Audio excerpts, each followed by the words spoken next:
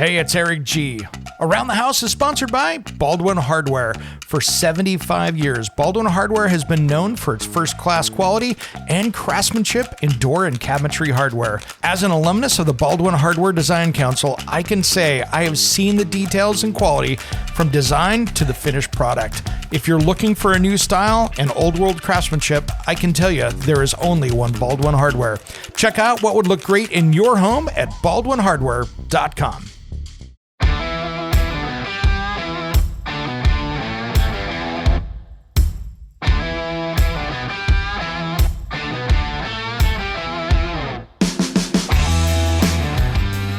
It's Around the House. When it comes to remodeling and renovating your home, there is a lot to know, but we've got you covered. This is Around the House.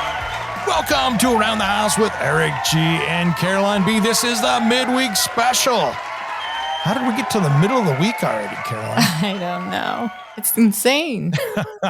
My bones are hurting today, guys. Like, it's been 2 days now of home projects, home renovation, all the stuff we talk about. I'm doing it at my place and my bones hurt. My body hurts. You're getting out behind the desk and getting some dirt on. Yeah, you guys. So many things. So I think your latest battle today was electrical, right? Oh my gosh. We had, all this stuff we talk about on the show is so real and so everyday. I mean, we pulled out a window and we ended up finding water pipes within the wall. So just out in the cantilever, like they could have froze at any time and broken. Like nobody even knew they were there. At some point there was a sink and the water pipes were there. Welcome to old houses. Oh my God. And then we found the electrical was completely boffed. So that was going all around the wrong direction, not code above the door. So all of that had to be changed. And fun stuff. And then you need a new panel, it sounds like, a little service upgrade. Yeah, let's talk about that because we were talking about what do you upgrade to and what's really enough with all the technology and all of the electric you're going to have to talk about. And I'll let you talk about that because you had such good points being Mr. Technology that you are. Well, I've done the service upgrade stuff before, and it sounds like you have like 150 amp and you need at least a 200 amp. Because right? Is that what your electrician? Right. So, because we're going to put in a swim spa, and then we're potentially thinking about upgrading the furnace to be a heat pump. And these things you have to think, like when you're doing this upgrade, like what am I going to need? And then you brought up a whole other ball of wax, if you will. Well, and here's the thing. Sometimes 200 is not nearly enough on a decent sized house because when you start looking at it, you've got maybe let's say you've got a water heater, electric water heater, because, they're trying to push everybody from gas right now. So if you've got a water heater and you've got a car charger, you've got a swim spa or a hot tub, or you've got an oven, a dryer, and a heat pump, all of a sudden you can get up to 200 amps really quickly. And oh, wait a minute, you still got to power the rest of the house. Unbelievable. I mean, really. So, typically you hear about 200. I mean, that's what I'm familiar with, but can you go higher and how high can you go? Oh, yeah. And what's safe? Is it safe to have 400 amps coming into your house? Well, it's the same. I mean, they're just bringing in more power to it. So it's just more load coming into it. So it's all safe. I mean, you look at a hospital and that's got, 3-phase, basically what you see it on the pole outside is coming into the building. So, I mean, that's perfectly safe as well, but it's just depending as, they got to put it in there and make sure you've got enough. Many times you'll see over 200 amp service coming in when you've got two huge panels sitting right next to each other, which is pretty easy. Now, when we've switched to LED bulbs, that sure helped because you don't have to have as many, amps pulling on lighting circuits and things like that. But, when you do a kitchen remodel, all of a sudden you can fill up that panel really quickly. And man, if you're putting in a steam shower where there's another 30 amps, I mean, it just keeps going and going. So many times the electrician will look at it and go, if you're going to put all that stuff in, you might need more than a 200 amp service because the last thing you want to do is overheat that panel. And what's interesting is sometimes you have to change the line coming into the house. Like you have to change the meter. You've got to change your panel box. So you have to start thinking about, expense wise. I had electricians out. It wasn't cheap. And they were there just to do something simple. 2 guys came out and ching. Yeah, I think my panel upgrade, because I had one of the Cutler Hammer split main panels that was really bad, that are the fire ones that you see that were out of the 60s and 70s. I had one of those, and that was very close to being a fire. The Bakelite pieces on the inside had heated up. It was really close. And we swapped that out. I think my electrician here was about $6,500 for the panel swap out. Which isn't And we had cheap. to move it and do some stuff. But yeah. And I'm in the New York metro area, so I think we could probably jack up that price, probably at least $2,000. I don't know. We're waiting to see. Well, keep in mind that was 2 years ago. Yeah, so. he said he was talking about $8,000. What was interesting is if anybody out there has an older home and you get the flickering of the lights, we were talking about like the older panels. You'll plug something in, say you're plugging in an extra vacuum or a sauna or whatever you're plugging in. You'll see this flicker. And he was explaining that a lot of the time when you up the ampage, that will help the flicker. He goes, not all the time. Sometimes it's still just the older houses have this weird kind of quirk. But he said that a lot of the time when you do up it, you won't get that flickering anymore. So that's good to know. Yeah, what can happen is that wire is not, maybe if it's got fabric on the outside, which is more of a 40s, 50s kind of thing. But, mostly in the 60s and 70s, they were starting to use Romex at that point. I forget what year they started doing it. But long story short, yeah, you can be overloading that circuit. That's when you start to see flickers and stuff as well. And it might not be hurting or causing too much heat, but you think about it when you turn on a vacuum, there's a starter on it that has to get the motor moving it to go. And that's where you see that initial dim, like when you hit like a tool, like a saw or a vacuum or anything like that, there's that initial start that pulls lots of quick amperage, and then the motor's going and it uses very little. It's that first start that usually will flicker because you're pulling, a lot of amps right off the bat, which of course dims other amp sensitive things like LED lights and things like that. Yeah. So hopefully, even though it's a big project, and again, money that you're not expecting to spend, but sometimes you got to do it because you can't get other things done. Now you will have to put in the new arc fault breakers and not just the regular breakers. And so those are a new special kind of breaker that I think National Code brought in 2021 that says you have to have the arc faults. Now, they're really cool because they are safer, but if you thought that you had problems with maybe that hairdryer or curling iron kicking off the GFCI, oh, wait, hold my beer. Those are even more sensitive to things like that in motors. So you will traditionally have to go shut off. You have to reset those a lot more than you will a normal like GFCI or just a regular outlet. I learned something new today. I like to share. And probably everybody knows this, but I'm not an electric person. So like that is not my forte. But there's something in there called a bubble, which protects your water heater. Have you heard about this? It's like, I guess it's code and it has to sit inside there. And he talked about this bubble and I was I'm like, what is that? And he's like, there's a pressure expansion tank that you put in. It's a little metal. It's required in a lot of areas, not in all areas, but it's a little tiny pressure expansion tank that looks like a little, well tank that goes in there. That's probably the size of a little smaller than a 5-gallon bucket usually. And you put that in there. So that gives you a place to expand and contract with it. No, he was talking about something with regards to the water heater and he kept calling it a bubble.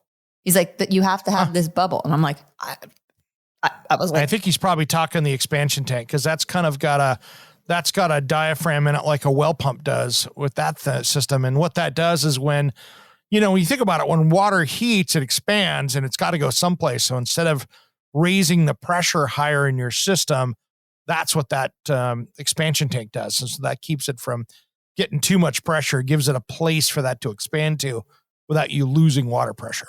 He was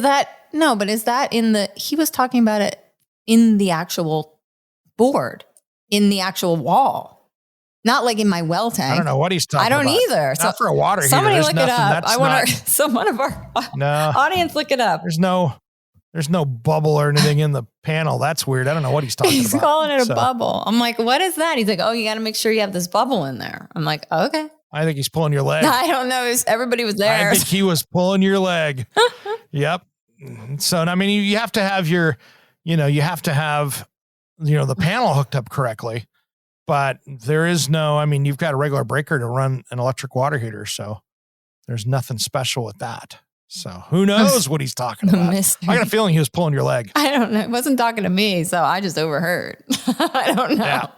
I'm Googling it. I think he was pulling somebody's leg. That's not a thing, if you know what I mean. But, well, cool. I wanted to talk today a little bit about some of the top tips out there for people with homeowners insurance, because here's my question for our audience out there. Here's a question for you. When was the last time you updated your homeowners insurance? I did. When was the last time you looked at it? Because in my area, my house has almost doubled in price from when I bought it.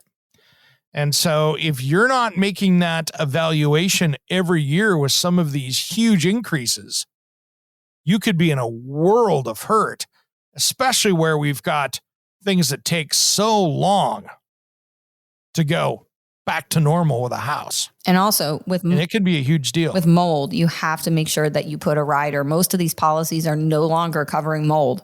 So you get into it thinking, oh, if I get a broken pipe, if I get a flooded basement, no worries, I'm going to be covered. Absolutely not. You have to make sure and call up and add a rider. And these riders are not expensive. I mean, you're talking about maybe a total of like $20, $25 added to your policy that it can increase your coverage by like $15,000. So you should definitely look into it and make sure you put it on there. Yeah, and make sure, every state is different. So make sure that you understand what your state's rules and regulations are, because how they do insurance in one area is completely different when they do it in another state. But the one thing I want you to really think about is on your homeowner's insurance, before we get into any of the other stuff on it, and I'm watching this down the street. So I've got a house that burnt down probably 45 days ago, and it burnt through the roof and it sat there. So it's been 45 to 60 days right now. And they finally got it to the point where they took all the truss roof system up. All there are is walls that are framed, and you can see they've gutted everything and got it cleaned out. But they haven't even started the rebuild process, and they're 2 months into it. So that tells you that up to that point, they probably have another 4 to 6 months before they're back in this house. So you want to make sure that your insurance company, one, has gotten that figured out, that they do have enough coverage for you to spend 6 months to a year out there. And here's what the biggest problem is if you're in a natural disaster area, let's say. So let's say it wasn't just one house. Maybe you're in the Midwest and you had a tornado and it took out the neighborhood. Yep. That replacement cost could be 20 to 40% even more because of the demand of builders in that area to rebuild these homes. Absolutely. So you really want to make sure that you've got that guaranteed replacement cost coverage. And that's a key word there, is that guaranteed replacement cost coverage. Whatever that replacement cost is, they're going to pay it versus have to do 6 months of the dance of them going, well, it's just because no, you're not paying for that. That's their job. 100%. And we've seen it time and time again, too. This has been going on. Oh, yeah. So make sure you got it. The replacement costs now, if you haven't looked at your policy in 2 years, I can just about guaranteed you're underinsured. And then here's an interesting one. Did you know that in the U.S., that only about 15% of all homeowners have flood insurance? Yes. And so that's pretty crazy that so many people are not insured for flood. I thought too, there's certain areas that demand it and then you have to have it. But then there's other areas, if you want to get it, they don't let you get it. It's depending. Like my house, we're calling Noah in the Ark if I get flooded here. But many times, you have to get it in certain areas. There's some areas, it's a whole FEMA thing where they've got, where the 100-year flood is and all these things. So you have to really look into that and make sure what you're doing is correct. And that's something to talk to your agent about. But there is also, most people get their flood insurance through the National Flood Insurance Program, which is NFIP. And you can also get it private market, but usually that's one of the better places to go. But they've got a new pricing system they've done this last year, so it should be a little bit more affordable. But, it's something to be very careful with because that can be very expensive if you don't, because not all natural disasters are covered. If I have a earthquake here, I hope you got earthquake insurance because earthquakes most of the time are not covered. Now, if you live along the coast on the East Coast, you might have to have hurricane coverage. Check your policies. You have a wind coverage for that. So make sure you've got the right coverage for the right plan and for your neighborhood and where you're at. Absolutely.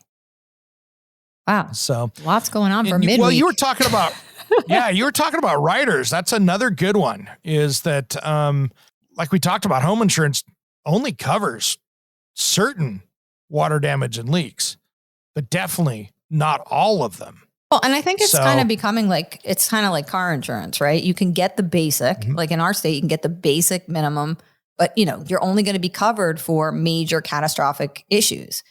But then you can pay more and get a lot more for your coverage and make sure that if you have a soft tissue injury, you can sue for that. Or if you have something that happens to you that's, you don't have you're not missing an appendage, but you've got some sort of minor injury that creates a chronic problem, you can go after them. It's the same with homeowners.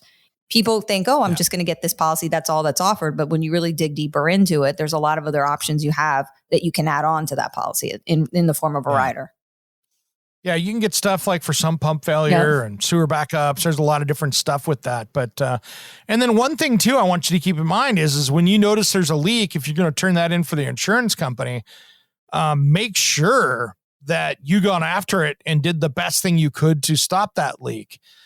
Many times a leak that's been going on for months and months isn't going to be coverage because you missed it as a maintenance item and you didn't take care of it. So it's one thing to have a pipe break, but if you've had a refrigerator leaking for, 6 to 8 months and you just finally caught it, many times that's not covered and that's coming out of your pocket. Homes are a plethora of stuff. My mind's fried. Oh yeah. Yeah. And then make sure you got your liability coverage correct too. That's a big one because, if you've got, it can be somebody as stupid as that little bump in the sidewalk out front. Somebody trips on it because maybe your tree's pushing the sidewalk up and somebody trips and all of a sudden they're yelling at you and you got a lawsuit against her for somebody getting hurt on your sidewalk. It can be that stupid. Or how about the FedEx guy stepping on if you have those caps on top of say you have a retaining wall and you don't glue down the cap and the cap's loose and the FedEx guy goes flying. I've seen it happen so many times. Yep. Guess what? It's your fault. Oops.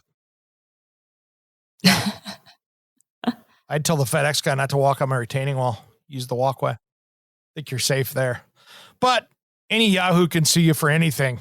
So that's the thing you got to be careful with. I mean, somebody can bump into you in a parking lot and all of a sudden there's $100,000 deal. The other thing is too, is that, think about take an inventory of what you got in your house. Could you make a list? And I had this when my garage got broken into, 12, 15 years ago.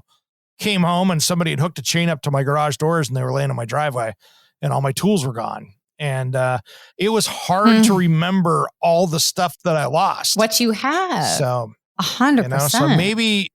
And who does? I mean, I don't make a list of all of it and we should, especially the most expensive items and the things that are really just not replaceable. It's smart. Maybe you want to go through and maybe every 6 months or quarterly, you go through with your cell phone and do a walkthrough. It'll get saved up in the cloud anyway, but you've got it so you can go through your house and just kind of look, open up cupboards, see what you got, walk out in the shed, the garage, crawl space, attic, just even take pictures. That's a good thing. You just reminded me, take pictures of the area and then you can go back and look and be like, well, the cool thing with videos is you've got the whole area and it's also something that could stand up in court because it's got a timestamp on it. So if you had to go back and say, no, this is all the stuff that I had, you can make that claim and go, oh yeah, I remember that cabinet. It had this, and this in it.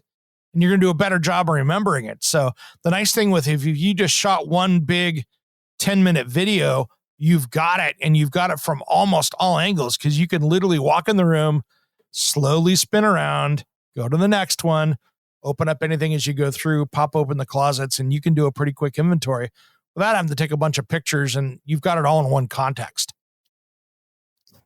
Yeah, absolutely. So that's a good one. Good advice, my friend. There's a lot of those things to that. And you got a lot of good advice today. Thanks. It's rolling. It's one of those, I'm thinking about house prices today. I'm like, we haven't talked about insurance in a while. So that's a good one to dive into. So cool. So what's next on your house, Caroline? No, I don't know.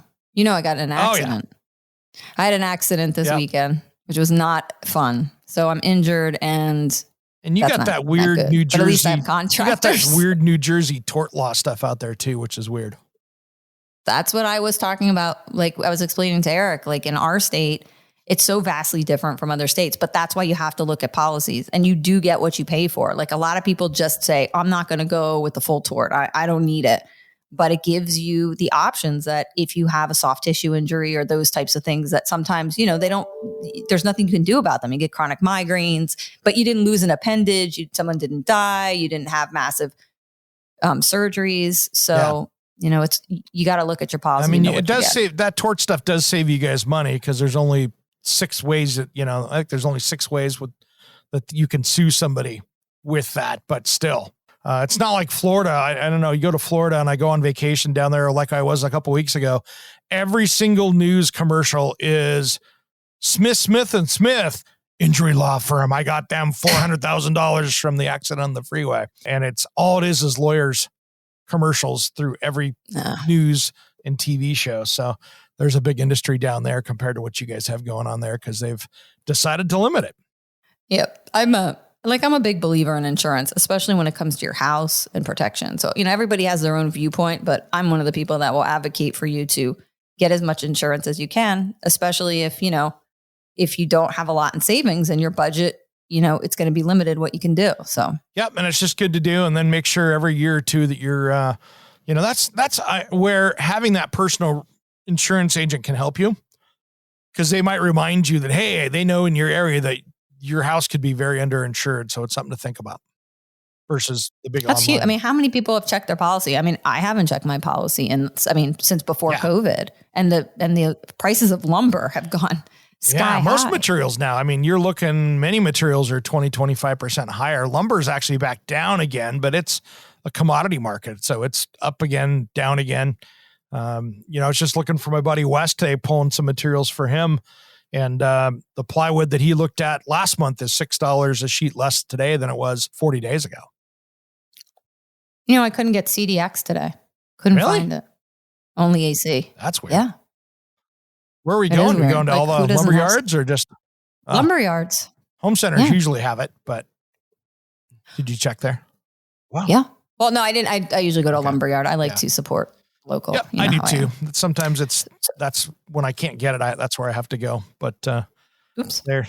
But I was shocked that they didn't have CDX, and I couldn't get clamshell either. They only had pre-primed, which I don't like. I usually like natural clamshell. I couldn't get that.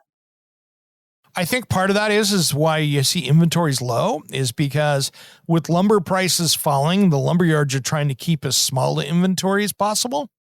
So what they do is they buy just enough to get through next week because they know the next unit is going to be cheaper, right?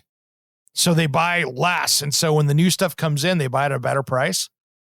When you see it's low and the price starts to go up and they could see it's going to go up, they'll buy more inventory. They'll go, instead of getting half a truck, I'm going to buy a rail car because they know they're getting it cheaper. Yeah, it makes sense. So you start to see those trends. And so when the prices are like right now and they've been going down for 45 days, those lumber yards are like, it still has more to go. Still has more to go. We're going to dial it back and buy less. Well, we're not going to inventory a lot. So they try to stay on top of that because they can be more competitive. If they had bought a rail car load of lumber and they're stuck with it where they paid, $5 a sheet more than the lumberyard next door, they're losing a bunch of money or they've lost customers because the next lumberyard can buy it cheaper. Yeah. So.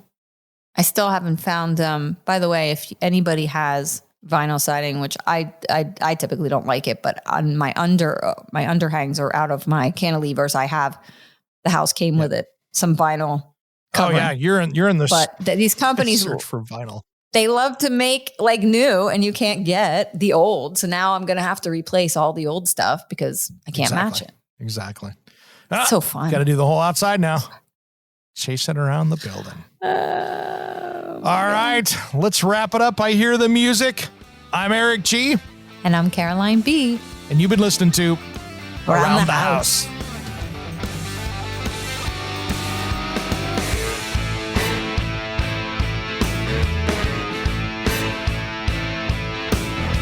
Somewhere unseen and undiscovered, anywhere beyond the mean.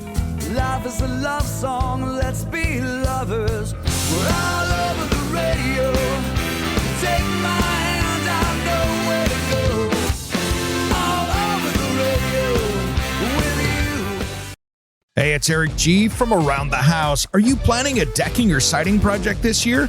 If you are, you've got to check out my friends at Millboard. Millboard is a completely different kind of composite decking and cladding that enhances outdoor spaces with enduring distinction. Hand-molded from the finest oak, it realistically mimics the natural grain and color of premium hardwood. If you're looking for something that doesn't look like plastic and instead real wood, check out millboard.com. Make sure and check out that interview we did just a few weeks back. That's millboard.com.